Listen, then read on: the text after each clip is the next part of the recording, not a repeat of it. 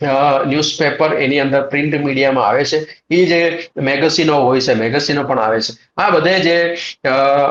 Print મીડિયામાં જે ગણાતું હોય લોકોને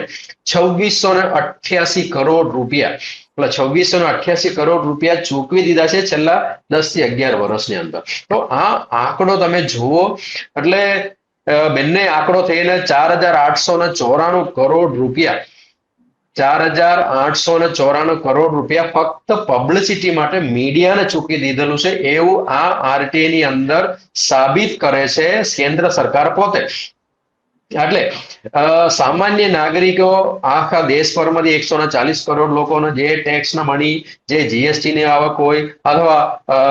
રોડ પર જે ટોલ ટેક્સ ઉઘરાવતા હોય, અથવા અન્ય કોઈ પણ રીતે લોકો પાસેથી જે ટેક્સ ઉઘરાવતા હોય, એ ટેક્સ છેલ્લા 10 વર્ષની અંદર 4894, એટલે સમજો ને 5000 કરોડ ને રાઉન્ડ ફિગર ની આજુબાજુ ખર્ચો પોતાના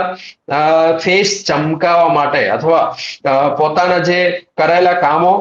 અથવા અન્ય સુવિધાઓ લોકો સુધી પહોંચાડવાના બહાને પોતાનો ફોટો ચિપકાવીને ફૂલ પેજ ઉપર, આ પેજ ઉપર દરેક લોકોને અને મીડિયાને વાવા કરાવવા માટે પૈસા આપીએ છીએ. એટલે મીડિયાને પૈસા આપવાનું એક માધ્યમ ખાલી આ પબ્લિસિટી બન્યું છે.